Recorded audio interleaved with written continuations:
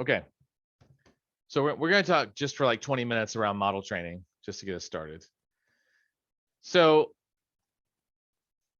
model tuning and training, obviously training first, tuning later, right? Is the part where you convert basically like an algorithm and some data, and you start to turn it into a working model, right? So since we explored business problems to ML problems, we've explored data collection, integration, and data processing and visualization. Let's talk about the meat next to the potatoes, right? So this next module is going to walk you through the model training process, right? That's what we're going to focus on. So the goal of training is to create an accurate model that answers the business need correctly. So you transfer raw data into an understandable format, you clean it up, right?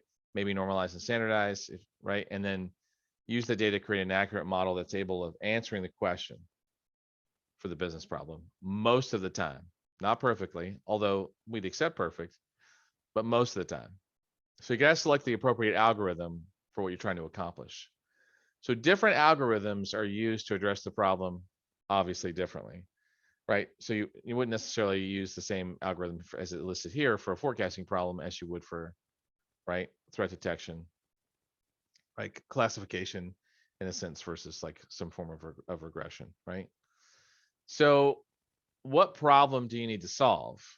Now, before I kind of pop into this, something that's very useful for all of you to have is where is that thing? Is yeah, the link on algos. You haven't seen it before, is the link on all the SageMaker algorithms. Now, these are not proprietary to SageMaker, obviously, right? But like these are the links to all of the algorithms that SageMaker supports. Are you, sorry, not there. At least not just there. This includes everything from example, like categorizations, right? Continuous estimation, continuous value, right? Historical data for behavior, predicting future behavior, predicting sales. Like this is what these, and there's a bunch of these algorithms here. They do have different subtleties to them, right? And these are the problem types it'll solve. This is the type of machine learning that it is. And obviously here are the different like types of algorithms that could solve those particular types of problems. Do note that some of the algorithms show up obviously in more than one space, but with the exception of probably the first two sections, a lot of them are single shot, so that they're associated with a very clear outcome. So like PCA, for example, is used to reduce features, right? So reduce the dimensionality. Random cut forest is used for anomaly detection, so that's great when you want to detect things that are outside of anomaly. Notice these are unsupervised. IP Insights mainly works off like IP address basis to look for anomalies within usage. Clustering or grouping with k-means. These are things, by the way, that you are going to have to know for the exam, especially the single ones. Maybe not the grouping ones, although you do need to know like these are the options that you can use for regression as an example, or for binary and multi-class classification. That's all accurate. So, but you definitely want to know the single ones, what they're used for. Like you must know what object to vect does. You must know what sequence to sequence does. You must know what semantic segmentation does. Within those areas, you have to know. Now, the distinctions between using a factorization machine versus KNN versus using a linear learner algorithm or XGBoost, you do in general have to know their capabilities within regression, for example, within binary and multi-class classification. So does it need to go deep? No, you're not going to be tested on the math. Would it behoove you if you're going to do the work to know more about it? Absolutely, right? So like, for example, DeepAR is used for time series data. So if someone says, I have time series data and I want to predict sales for a certain period of time, DeepAR is probably going to be the one you're going to chase, right? So you do want to know in general what each of these are used for. For example, don't forget that sequence to sequence is used like as an algorithm for text, right? And not only can it do language translation, right? So it can actually translate from one language to another. It also do summarization of texts, right? Which is a little different than topic modeling, right? Because like topic modeling, if you look up here, LDA or NTM might also, in a sense, organize a set of documents into topics, and you tag a document as belonging to a particular like category based on what's in the document. This summarization, by the way, will basically summarize a long set of text, a long body of text has an abstract, right? So slightly different functions. One is basically unsupervised and clustering, deriving topics by basically figuring out where the aggregations are. The other one is basically taking all the keywords and values and trying to summarize it. So you want to know those kind of things against the algorithms. You definitely want to know when you would use object detection, when you would use semantic segmentation. Like I give you an example. Right now, Zoom is figuring out a pixel by pixel copy of my body shape, right? In relation to the background that I have, right? It's having to cut that out. So every time I move, right, there's some recalculation going on. So that would be a good example of using semantic segmentation as an example. So this link that I posted, I definitely would save that. Before, just knowing this is going to help you answer the questions. Okay. Any questions about the importance of this, both to the exam and just in general, your usage? You don't need to know input formats per se. Well, I say that, like, you need to know that, for example, that semantic segmentation and object effect, those are image inputs, right?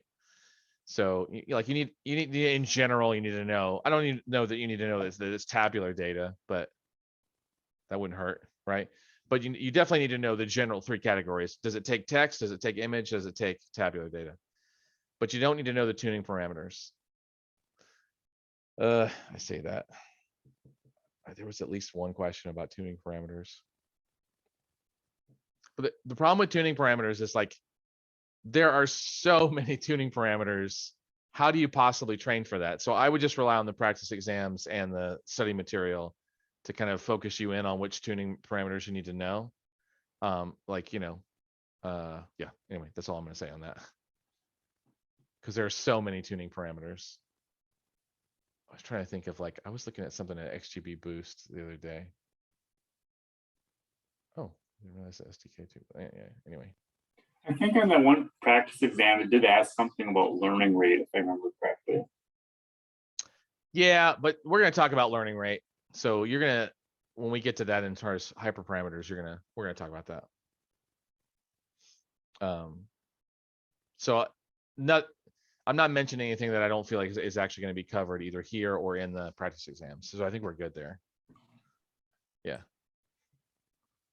So mainly here, you're going to know what problem types it solves, maybe even have an example. You're going to know what data input it will take, right? And then obviously learn the different algorithms that you can set. If someone comes back in and says, hey, you can do grid search for oh God, my brain, I'm sorry. For hyperparameter tuning experimentation, you can't do that actually. It won't support grid search. So you got to know little things like that. Okay. So I deviated a little from the slides, but I just wanted you to see that link. All right. So in general, knowing which algorithms you can use for classification, which in general, which ones you can use for regression. Obviously, that slide showed a bunch of aggregates there as far as XGB Boost and linear learner and whatnot, and factorization machines. Note that in general, though, this slide kind of lays out the way, the ones they're going to want you to go for after the default, at least from an exam perspective. In general, when they talk about supervised learning recommendation engines, they're probably going to lean a little bit more towards factorization machines, right? Especially if there's real-time clickstream analytics, that kind of data with sparse data sets, but with a high amount of dimensionality. That's when they're going to focus on factorization machines. Linear learner, they're commonly going to associate with the regression problems, but not always, but commonly, right, on the exam. And KNN, XGBoost are going to be for multi-class for the most part. Linear learner is also going to show up in binary classification as well. So remember that Amazon tends to favor linear learner for both binary classification and regression, and they favor XGBoost and KNN mainly for multi-class, but it can be used for regression and for linear learner as well. I'm sorry, for binary as well. Now there's that, and then there's unsupervised learning. So there's a whole other chart here. You definitely have to know that LDA is typically associated with some kind of topic modeling, but it also could just can use for general clustering along with k-means, right?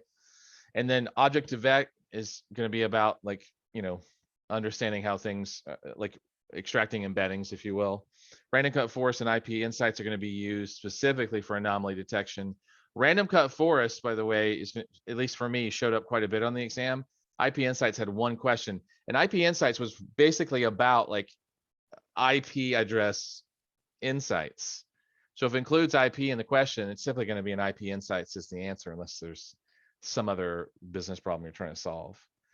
Random cut forest, by the way, can also be run by Kinesis data analytics on live streams. That was something that showed up on the exam for me too. So just know that Kinesis data analytics, which is a way to run SQL queries against streaming data, also will allow you to run algorithms against the data there, so you can do anomaly detection like random cut forest.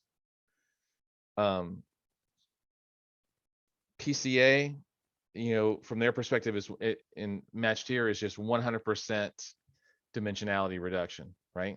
So this can be used, especially if like a model is like overfitting, you can reduce the dimensionality of the data. And then there's the text data, such as, LDA and NTM for topic modeling.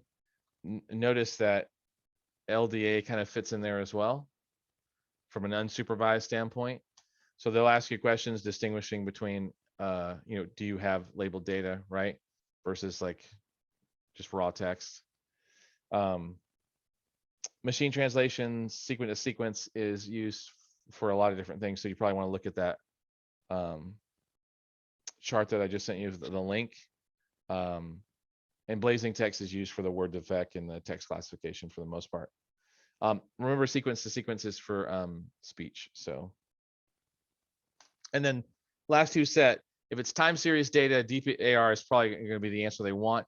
Let me be clear, by the way, as I'm saying some things that are more about how Amazon applies these to the exam than how you would necessarily use them in the real world. Some of these didn't show up on the exam. For me at least, I don't know that there was any ResNet questions. I don't know that there was any FSN, PSP. I don't think there was any ResNet or VLab question. I'm sorry, DeepLab questions at all. But that was just my mileage. You should know in general what these are used for. Okay.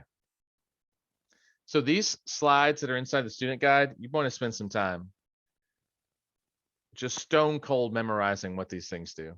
It's just going to help you overall. By the way, I read a paper yesterday, and I can't remember Analytics Vidya, I think it was. And they were talking about how many data science, like people who are studying data science, like don't make it past the first year, which apparently is a large amount. And does anyone know anything about this? Like the number of data scientists total that are in the world? Does anyone know? Like people who can do machine learning and execute and that kind of thing? Like the stuff that we're covering.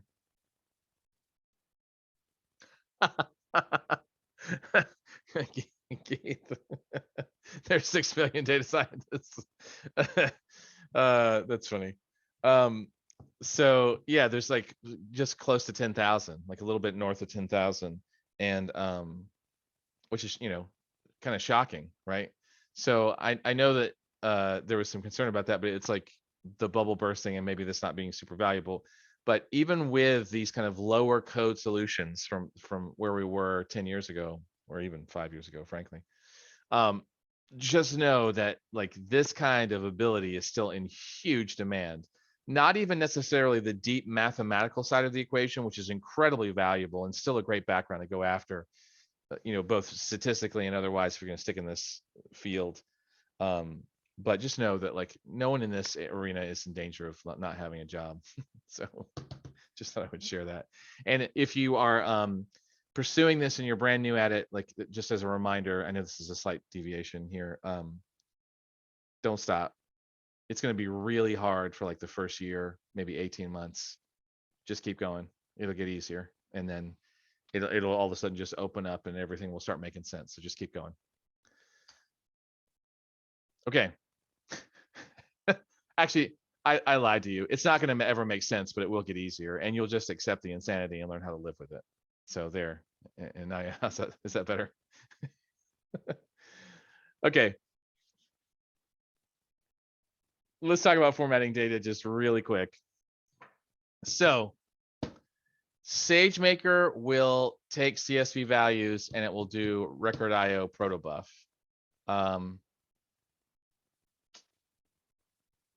Yeah, like protobuf has a binary wire mode that has really like tortured me over the years. Anyway, regardless, these are just formats. So like TSV or ORC or Parquet or whatever. There's just different formats. So here we've got CSV on the left, which we're used to seeing in kind of a spreadsheet, right? And then on the right, we've got a label added to the whole thing.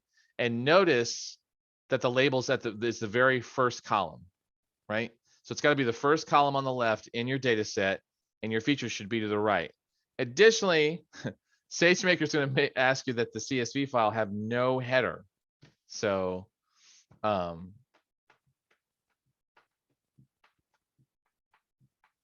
oddly enough, I think there's actually some algos that actually can't handle this in a data frame format, but whatever. You'll figure it out. But just to be clear, you need to remove no header right on the whole thing, and then you make sure your label, if there is one, is on the left-hand side at the front of the file, column 0. Now,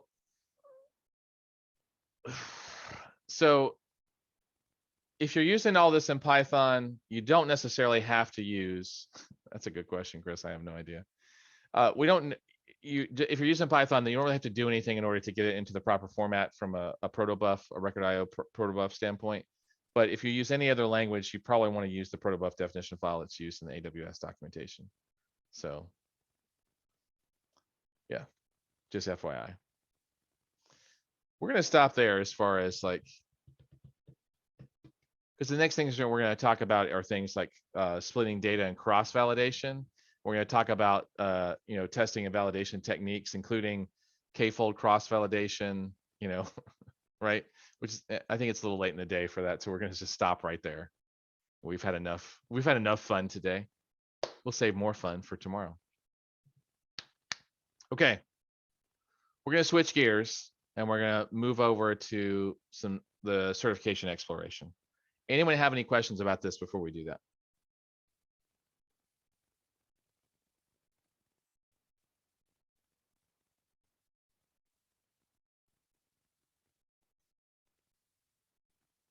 Oh, that's a good question. Chris, the stop button not working for you?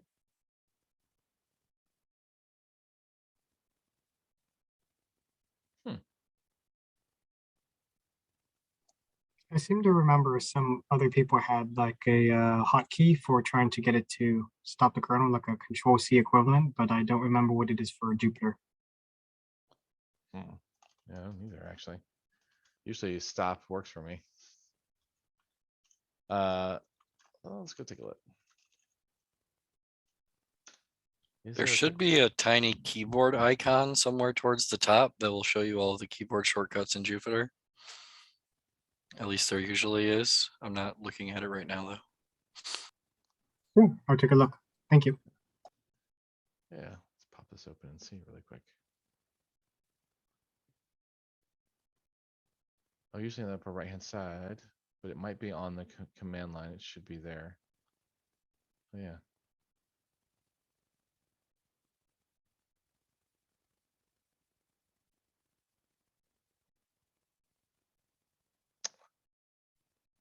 Go into command mode and do II. Works like VI in that way. Cracks me up. Interrupting kernel. Yeah, so escape II should do it, actually. I love VI. All right, moving on to other things.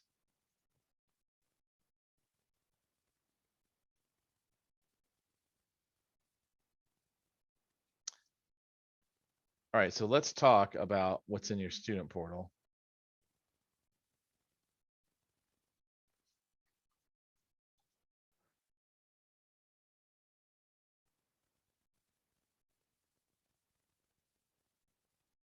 me share my screen really quick.